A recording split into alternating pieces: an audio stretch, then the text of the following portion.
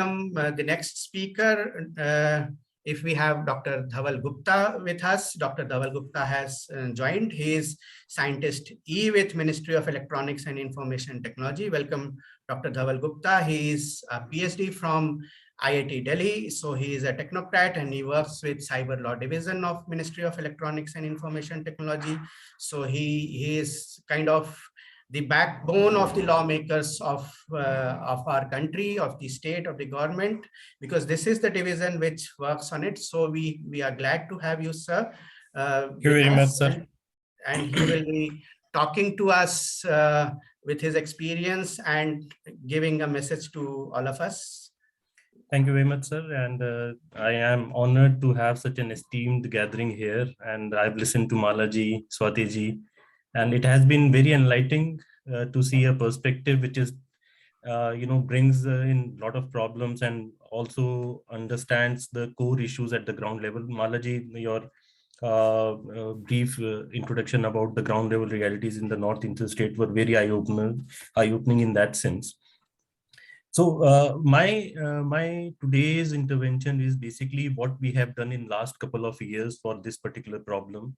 And of course, we will never say that the problem is solved, but these are the building steps where everybody can come together and initiate certain dialogues.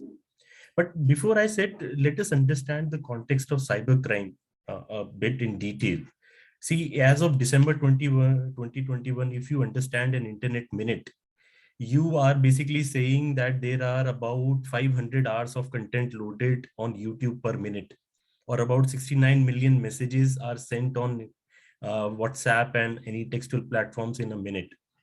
So there is a huge vastness of cyberspace that we must also comprehend, when we are talking about crime taking on the cyberspace.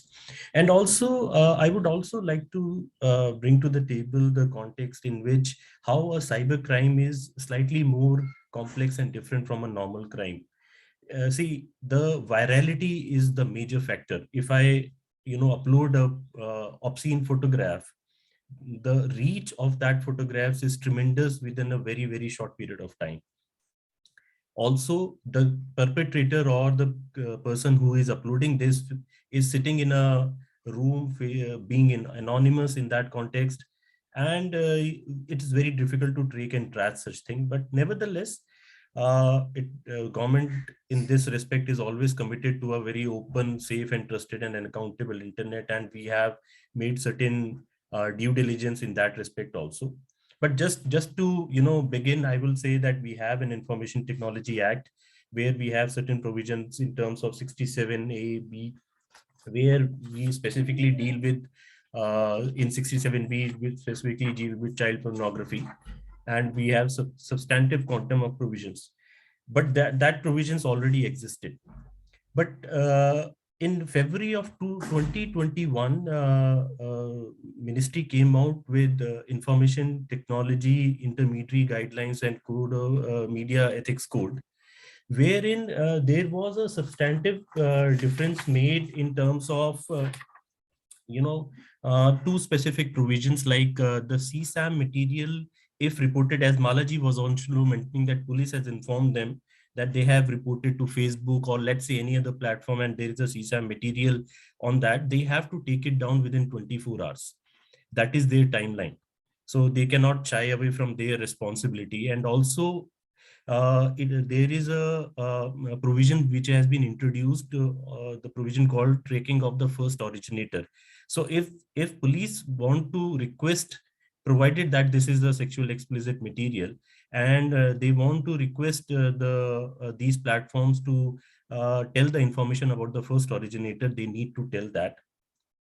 Also, they have to publish their monthly compliance reports on their platforms. Especially the significant social media intermediaries have to publish their monthly compliance reports. And if you go to their platform and see their monthly compliance report, huge amount of material is being taken down.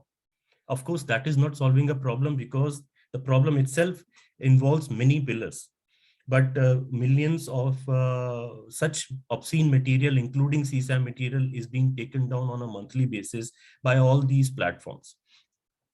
Of course, there is a duty of these platforms to, have a technology based endeavor, so that they can filter out CSAM material on their own, and they should do due diligence for all these such kind of materials.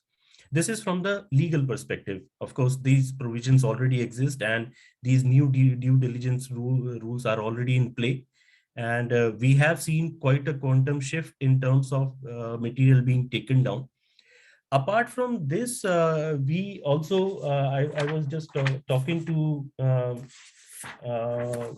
uh, our Ministry of Home Affairs. As Malaji have already mentioned, she also has an experience by cybercrime portal. There is a Internet Watch Foundation, if we might have heard. That Internet Watch Foundation, there is a regular mechanism of taking down the child sexual abuse material through CBI. So there is a list which is given to the DOT. That entire material is taken down on a timely basis. This is related to child sexual abuse material. Then all the schools and colleges, CBSE has written to create an awareness in them. But what we have realized over a period of time is that parents are also required to get this awareness. It is not only the teacher and the student community. Apart, for the last 2 years, because of this COVID, we have seen a lot of internet usage. So the awareness session needs to also filter down to the parents to have a ethical use of internet, wherein these kind of material exchange needs to be prevented. So this was my brief introduction about the law and the set. Ajayji, if anything you want to add, and then as on your requirement, I can tell you more details. Thank you, Dr. Gupta. So I think, Dhawalji, you have briefed us about what are the provisions and how the coordination is.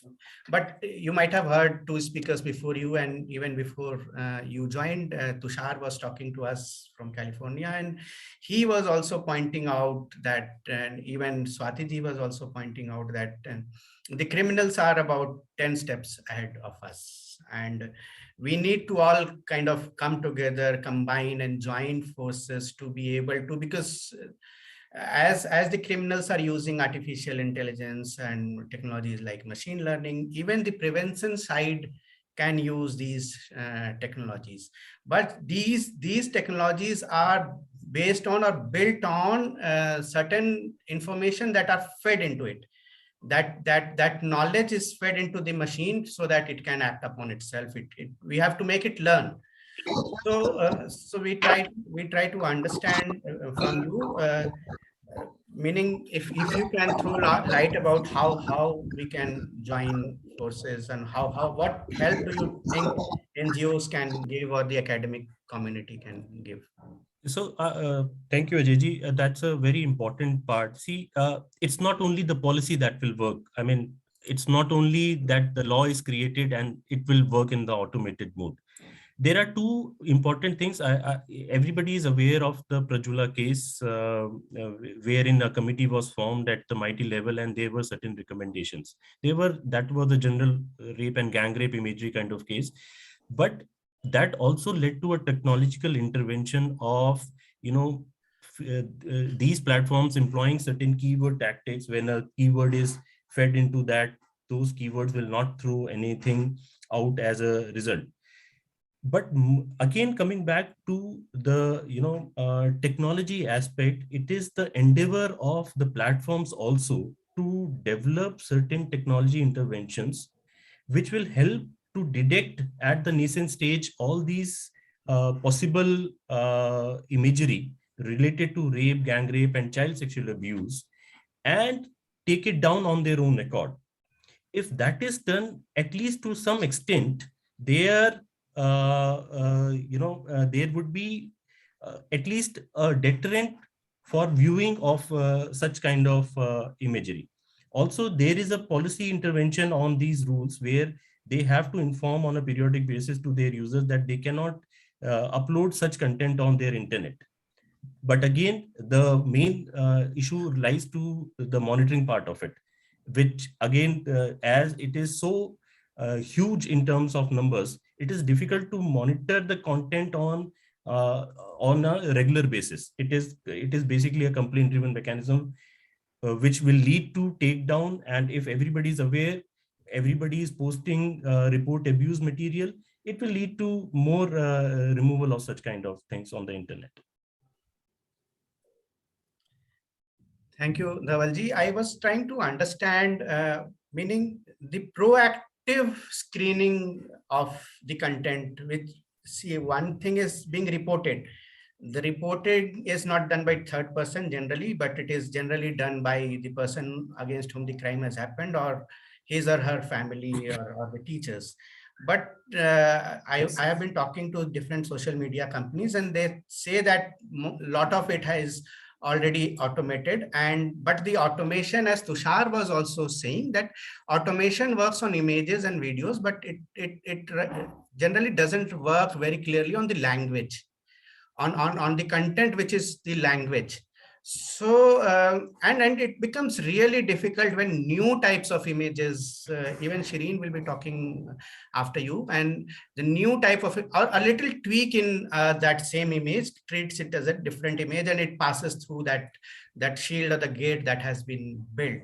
So but I do understand these are matters of technology, but your division is basically a combination of law and technology. If you can throw light about, because Tushar was also saying it is duty of mainly the law to come with the people who are working on the safety side. Absolutely, sir. See, we need to slightly understand the concept of monitoring the content.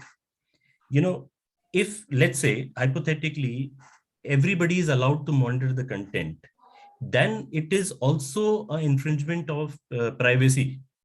See, without monitoring the entire content, nobody will be able to pick up that this content is, if we allow, let's say, that this content is obscene, this content is CSAM. So that path is a very difficult path to choose.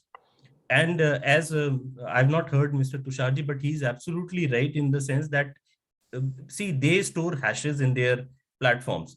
If a hash, if 1 second of an image or a video is tweaked, the hash will change, and again the image will be circulated widely.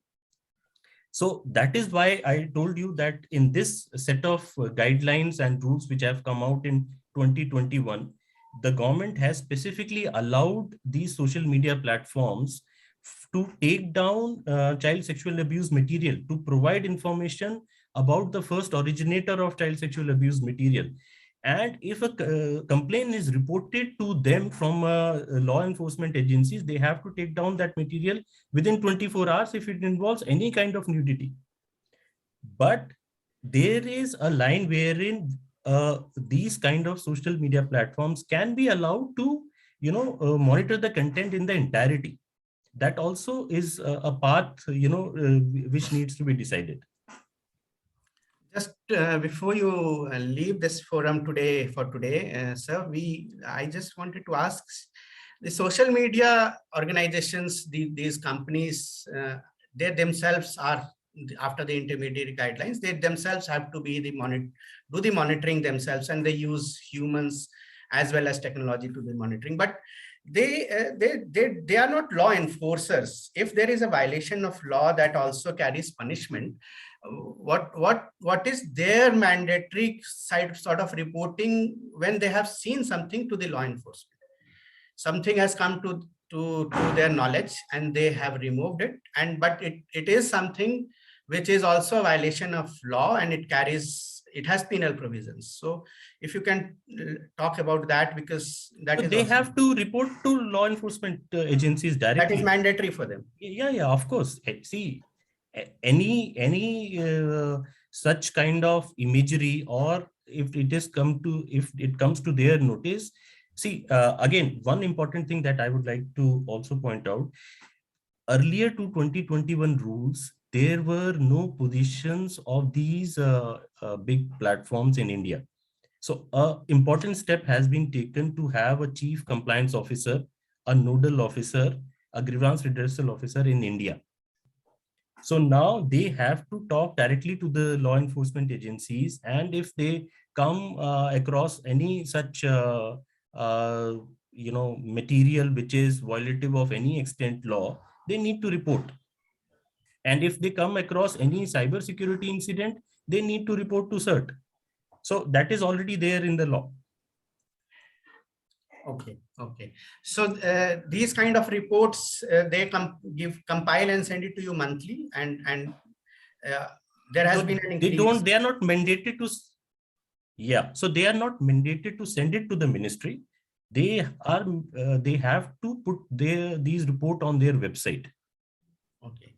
So how does one know that that there is no gap or there is no lacuna in what they saw and what they reported? Is there a mechanism to find out? Because they would have seen 10 and reported 5. Is just hypothetical question, sir. Because is there a mechanism that whatever they saw, they have reported, and who monitors that? Who regulates that? No, they have to themselves keep a check on these things. I mean, it will be very difficult to monitor all these things down to a report level. So any last parting message for the audience today, because this will also be seen on YouTube after this event. So I would like to say is that one important pillar is awareness. And as these platforms, we need to create certain awareness programs. We have a institute, information security, education and awareness wing driven by our HRD division. They have created a lot of material. MHA has created a lot of material. I myself go to schools, and I have developed material for 6th to 8th class, 9th and 10th class, 11th and 12th class teachers, which basically talks about a basic cyber hygiene. So these kind of programs, if through your platform, if we are, can enable such programs, that will give a basic building block of, promotion of cyber hygiene all across. Thank you so much, Dr. Gupta, for speaking to us and enlightening us and exhorting us and building the confidence of all the stakeholders on what the government is doing. And it is really heartening to see that a lot is being done, and you all are actually trying to keep your eyes and ears close to the ground and listening to all of us. And we are very, very grateful to you for this. Thank you so much, Dr. I think there is one important question by Malaji about the provision of 24 hours. Yeah, I have that provision. See, this is an intermediary guidelines which has come. So the provision is 32B of these rules. If you see the provision of 32B of these rules, they very specifically talk about the intermediary shall, within 24 hours from the receipt of a complaint made by an individual or any person on his behalf in relation to the content which is primarily facing the nature of any material which exposes private area of such individual, shows such individual in full or partial nudity, or shows or it depicts individual in any sexual act or conduct, or in the nature of impersonation in electronic form, including artificially morphed images also of such individual, take all reasonable practical measures to remove or disable access to such content which is hosted, stored, published, or transmitted by it. So they cannot shy away.